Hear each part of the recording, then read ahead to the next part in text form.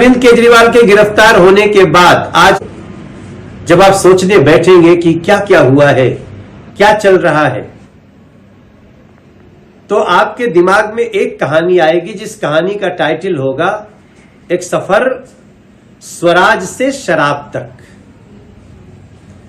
एक सफर शुरू हुआ जो बात तो कर रहा था स्वराज का, लेकिन खत्म हो गया है शराब पर। बच्चों को शराब पिलाने की जिद पर, गली गली शराब की दुकान खोलने की जिद पर, और उसके अंदर एक बहुत बड़ा स्कैम, शराब घोटाला। अरविंद केजरीवाल ने ठान लिया है कि ना तो हम कानून का पालन करेंगे और ना तो किसी को कानून का पालन करने की प्रेरणा देंगे, भले संविधान की शपथ लिए हों। दिल्ली के खजाने की लूट छोटी मोटी नहीं हुई है।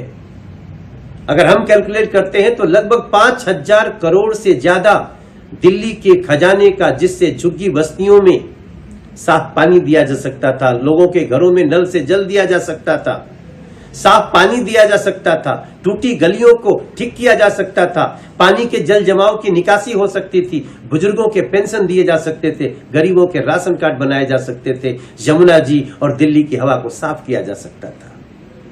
लेकिन ये चिंता थोड़ी है अरविंद केजरीवाल की। अरविंद केजरीवाल की एकमात्र चिंता है कि हम जल्दी से जल्दी कैसे राजमहल में रहने लगे। एक बार न उनको शर्म आई और न तो आज उनके बदले जो मुख्यमंत्री की चेयर पे बैठ के जो आदरणीय सुनीता केजरीवाल जी ने इंटरव्यू दिया, उनको भी जरा सा भी सोच नहीं आया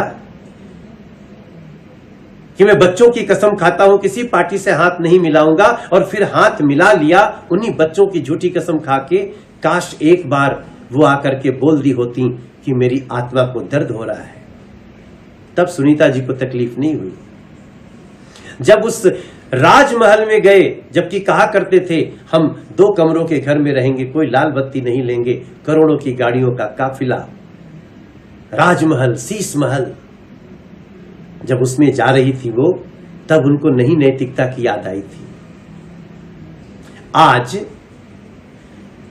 इस देश में एक बड़ी जोरदार चर्चा है कि ईडी और सीबीआई कमाल का काम कर रही है। कुछ लोग उनको कोसते भी हैं जो भ्रष्टाचारी होते हैं। ईडी और सीबीआई 2014 के पहले ऐसे काम नहीं करती थी। क्यों? क्योंकि 2014 के पहले जो सरकार थी कांग्रेस, वो तो ईडी और सीबीआई को